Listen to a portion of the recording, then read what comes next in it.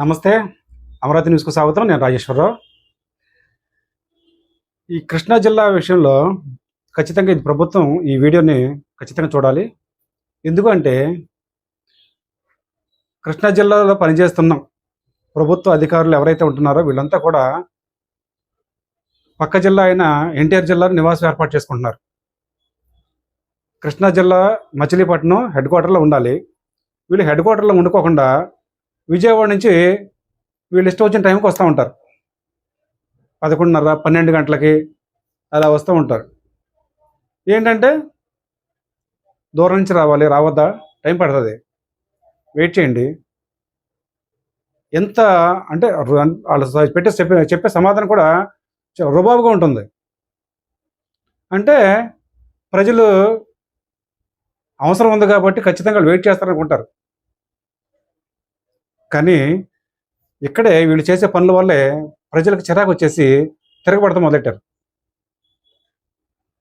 ఈ కోవకు చెందిందే మచిలీపట్నంలోని సబ్ రిజిస్టర్ కార్యాలయానికి సంబంధించిన రిజిస్ట్రార్ గారు మచిలీపట్నంలో ఉండకోకుండా ఆయన విజయవాడలో ఉంటూ ఇక్కడ కనీసం ఇక్కడ కార్యకలాపాలు ఏమీ చూడకోకుండా పట్టించుకోకుండా ఆయన ఇష్టం వచ్చినట్టు వస్తున్నారు. ఈ విషయం మీద పబ్లిక్ మనకు ఫోన్ చేసి, సార్ ఇది పరిస్థితి, మేము పొద్దునుంచి వెయిట్ చేస్తున్నాము కానీ సబ్ రిజిస్టర్ గారు మాత్రం ఉండట్లేదు, అడిగితే ఆయన 11:30 తర్వాత వస్తారు, అప్పుడు పెట్టుకుని ఫైల్ అంటున్నారు. మరి ఎట్లయితే ఎట్లా గంటని చెప్పి అంటున్నారు. అవును కదా, మరి ఒక ప్రభుత్వ అధికారి తన ఇష్టం వచ్చినట్టు ఇక్కడ నివాసం ఉండకపోగా, స్థానికంగా మచిలీపట్నంలో ఉండకపోగా విజయవాడలో ఉంటూ ఇక్కడ ప్రజలకు అన్యాయం చేస్తున్నారు. మీకు నిజంగా విజయవాడ మీద అంత ప్రేమ లేకపోతే విజయవాడ మీద అంత మక్కువ ఉంటే కనుక ఇక్కడ ఏదైతే ఈ పోస్ట్ ఉందో దీన్ని అక్కడ బదిలీ చేయించుకోండి, వెళ్ళిపోండి, మచిలీపట్నం వదిలిపెట్టి. మీరు కృష్ణా జిల్లాలో పనిచేయటం ఇష్టం లేదా, వెళ్ళిపోండి. మీరు కృష్ణా జిల్లా ప్రజలకు అక్కర్లా. ఇంత గట్టిగా చెబుతున్నామంటే ఒక్కొక్కళ్ళు 5 కోట్లు 10 కోట్ల రూపాయల ప్రాపర్టీస్ వాళ్ళు రిజిస్ట్రేషన్ చేసుకోవటానికి ప్రభుత్వాలకి చలానా కట్టి కూడా మీకోసం వెయిట్ చేయాల్సి వస్తుంది. ప్రభుత్వాన్ని ఆదాయం పెంచాల్సిన మీరు మీ ఇష్టం వచ్చినట్టు వస్తే వాళ్ళు ఏం చేస్తారు, ఇంకో చోట ఎక్కడ రిజిస్ట్రేషన్ చేసుకుంటారు. కాబట్టి మచిలీపట్నం ప్రభుత్వ అధికారి ఎన్నింటికి వస్తున్నారో మన దగ్గర వీడియో కూడా ఉంది, చేసి చూపిస్తాను చూడండి ఒకసారి.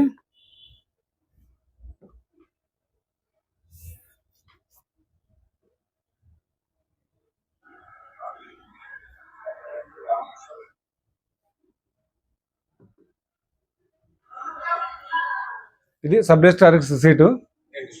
ఈయన 11:30 తర్వాత 12 లోపు ఆయన ఇష్టమైతే వస్తారు, లేత లేదు. మళ్ళీ ఇంటిమేషన్ కూడా ఉండదు, కనీసం ఆయన వస్తున్నారో రావట్లేదు కూడా. మిగతా స్టాఫ్ అంతా పనిచేస్తున్నారు, అందరూ ఉన్నారు. సబ్ రిజిస్టర్ లేకుండా రిజిస్ట్రేషన్ ఎట్ అవుతాయి అంటే మీకోసం అయ్యగారు వచ్చేసరికి అందరూ వెయిట్ చేయాలా? అంటే మీరు లేకపోతే పనులు అవ్వనా? మీరు సీట్ ఖాళీ చేసేస్తే ఇంకోటి వస్తారు మీ సీట్లోకి, మీరు ఇక్కడే టెస్ట్ చేసి కూర్చుంటే ఎట్లా?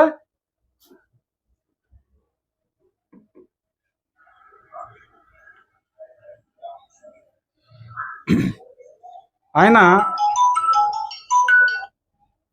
మనం పబ్లిక్ నుంచి మనకి ఎప్పుడైతే ఈ సమాచారం అందిందో దీని మీద గత 2 రోజులు బట్టి చూస్తున్నాం. అంటే నిజంగా పబ్లిక్ చెప్పింది నిజమా కాదా అని చెప్పేసి చూస్తే వీళ్ళు అన్నట్టుగానే ఖచ్చితంగా ఆయన 11:30 తర్వాత అంటే 12 లోపు ఈ మధ్యలో వస్తాం జరుగుతుంది. అంతే. మనం ఏం చేస్తామంటే ఈరోజు 11:25 వెళ్ళాం. వెళితే ఖాళీ సీట్ దర్శనం ఇచ్చింది. 11:35కి అయ్యగారు వచ్చారు.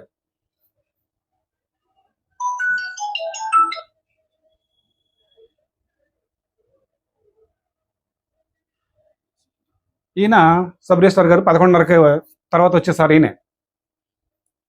ఈయన వచ్చిన తర్వాత రిజిస్ట్రేషన్ ఐజీ గారు ఒకసారి మీరు చూడండి, లేదంటే కనుక అనగానే సత్యప్రసాద్ గారు మంత్రి గారు మీరేం సరే ఒక్కసారి ఇతను ఎన్నింటి లాగిన్ అవుతాడు డైలీ, ఈయన డ్యూటీకి వచ్చిన తర్వాత ఎన్నింటి లాగిన్ అవుతున్నాడు ఒకసారి వెరిఫై చేస్తే మేము అమరావతి న్యూస్ తరఫున మేము ఏదైతే చెప్తున్నామో అది నిజం అబద్ధాలు మీకే తెలుస్తుంది. ఆయన మీద ఆరోపణ చేయటం కాదు, వాస్తవాలు ఈయన ఈరోజు 11:40కి లాగిన్ అయ్యారు. అయితే ఏమంటారంటే ఇక్కడ, సార్ నేను లేట్గా వచ్చినా కానీ లేట్కి వెళ్తున్నానండి అంటారు. లేట్గా ఎందుకు వెళ్తున్నా? దీనిలో ఒక మతలబు ఉంది. రాత్రిపూట రిజిస్ట్రేషన్ చేస్తారు, ఈయన పగల రిజిస్ట్రేషన్ చేయరు. ఈయన వచ్చేది రాత్రిపూట రిజిస్ట్రేషన్ కోసం. దేనికోసం అంటారు? ఇక్కడ ఈయన్ని కొంతమంది ఏర్పాటు చేసుకున్నారు. వాళ్ళు ఏం చేస్తారంటే, ఏదైతే అంటే ఏదైనా ఒక ప్రాపర్టీ మీద లోన్లు కానీ, లేకపోతే మార్టిగేజ్ చేసింది కానీ, లేకపోతే తనఖా రిజిస్ట్రేషన్లు కానీ, లేకపోతే అలాగే ఈ వీలునామాలు కానీ ఏవైతే ఉంటాయో వీటికి సంబంధించి ఈసీలో ఏదైనా చూపిస్తుంటే కనుక దీనికి సంబంధించిన ఒక ఏజెంట్ ఆ ఈసీలో ఆ పేర్లు తీసేసి ఏమి లేదని క్లీన్ చిట్ ఉందని చెప్పేసి ఈసీ తీసుకెళ్తారు. దాన్ని బట్టి రిజిస్టర్ చేస్తున్నారు. దానికి సంబంధించిన ఆధారాలు కూడా ఉన్నాయి. ఇగోండి, ఇవన్నీ కూడా మీయే, మీకు సంబంధించిన ఇవన్నీ కూడా ఇంకోసారి వివరంగా మళ్ళీ ఇంకో దాంట్లో చెప్తాను. ఎందుకు చెప్తున్నా అంటే, ఈయనకి విజయవాడలో అన్ని పనులు చక్కబెట్టుకుని తీరిగ్గా మధ్యాహ్నం నుంచి వచ్చి అప్పుడు ఏం చేస్తారంటే రాత్రిపూట చేసే ఏంటంటే పబ్లిక్ చెప్పిన దాన్ని బట్టి అయితే కనుక ఇక్కడ దొంగ రిజిస్ట్రేషన్ జరుగుతున్నాయి అంటున్నారు. ఖచ్చితంగా ఈయన లాగిన్ విషయం కాకుండా ఈయన వచ్చిన కాడి నుంచి ఇప్పటి వరకు ఎన్ని రిజిస్ట్రేషన్ చేశారు, ఈ రిజిస్ట్రేషన్ చేసిన దాంట్లో అంత సక్రమంగా ఉందా లేదా అక్రమాలు ఏమైనా జరిగినాయా, ఖచ్చితంగా దీని మీద విచారణ చేయాల్సి ఉంది. మచిలీపట్నం సబ్ రిజిస్ట్రార్ విషయంలో చాలా అవకతవకలు జరుగుతున్నాయని చెప్పేసి పబ్లిక్ నుంచి ఇప్పటి వరకు మనకి సమాచారం అందుతుంది. కానీ అవకతవకల విషయాల్లో మన దగ్గర ఎవిడెన్స్ లేవు కాబట్టి ఇప్పుడు అందుకని మనం ఏమంటున్నాం అంటే, రిజిస్ట్రేషన్ ఐజీ గారు ఎవరైతే ఉంటారో వీళ్ళ మీద ఒక్కసారి విచారణ చేయండి. వాళ్ళు ఎన్నింటికి వచ్చారు, ఎన్నింటికి వెళ్తున్నారు, ఏ టైంలో ఏ రిజిస్ట్రేషన్ జరుగుతున్నాయి, సాయంత్రం రాత్రి 7 గంటల తర్వాత నుంచి జరిగే రిజిస్ట్రేషన్ ఏంటి, అసలు ఆ రిజిస్ట్రేషన్కి సంబంధిత రిలవెంట్ డాక్యుమెంట్స్ ఉన్నాయా లేదా పూర్తిగా చెక్ చేయండి. వీళ్ళ కోసం పబ్లిక్ ఎంత వెయిట్ చేస్తున్నారో చూపిస్తాను.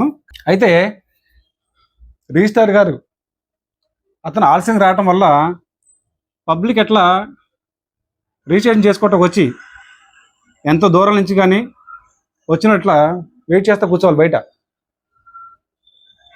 కనీసం వాళ్ళకి మంచినీళ్ళు కూడా దొరకవు. ఇక్కడ ఎలాంటి సౌకర్యాలు లేకుండా ఇట్లా అందరూ జనాన్ని ఇక్కడ కూర్చోబెట్టేసి ఆయన వచ్చేదాకా వెయిట్ చేయాల్సింది అంతే. ఎందుకు ఈ పరిస్థితి?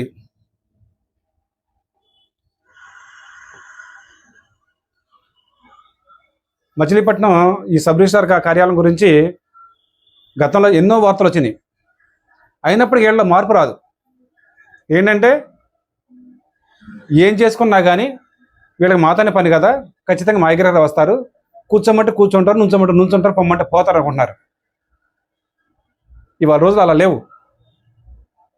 ప్రతి ఒక్కడు అడుగుతున్నాడు, ప్రతి ఒక్కరు తిరగబడుతున్నాడు, ప్రతి ఒక్కరు ప్రశ్నిస్తున్నాడు.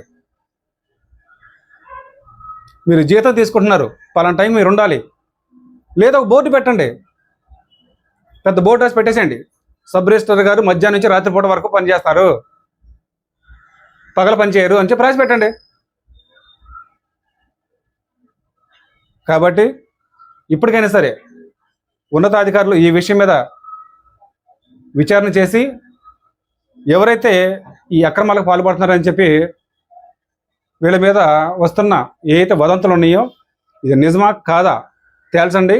అలాగే మన దగ్గర ఏవైతే ఆధారాలు ఉన్నాయో ఇవి కూడా, అంటే వీడియో లెంత్ అవుతుంది కాబట్టి ఖచ్చితంగా ఇంకో దాంట్లో పూర్తిగా అసలు ఎవరెవరు ఎందుకు చేశారు, ఎందుకు చేయాల్సి వచ్చింది, వాటికి ఎంత తీసుకోవాలి చేశారు, ప్రతిదీ కూడా వివరించి చెప్తాను. Thank you.